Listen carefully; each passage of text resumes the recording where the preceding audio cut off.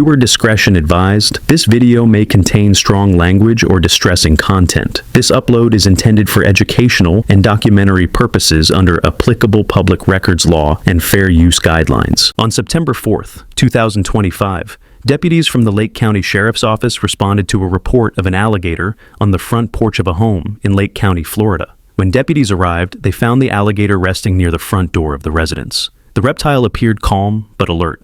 As the deputies approached, the alligator began to move, heading toward the side of the house and through a nearby gate. The deputies carefully followed while maintaining a safe distance. Using ropes and catch poles, the deputies worked together to safely secure the animal. After a brief struggle, they were able to restrain it without harm. Once the alligator was under control, deputies escorted it into the back of the patrol car, a sight you definitely don't see every day. The alligator was so large that deputies had to carefully adjust its tail to make sure it fit safely before securing it inside.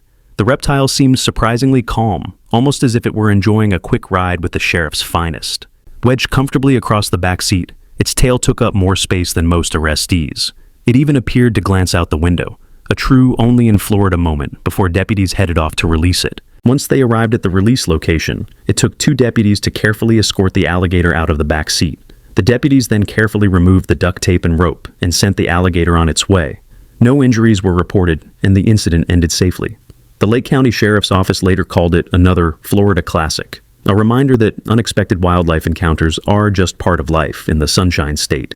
If you liked this video, support the channel by hitting like, tapping subscribe, and sharing this video. Real incidents, real officers, real patrol footage.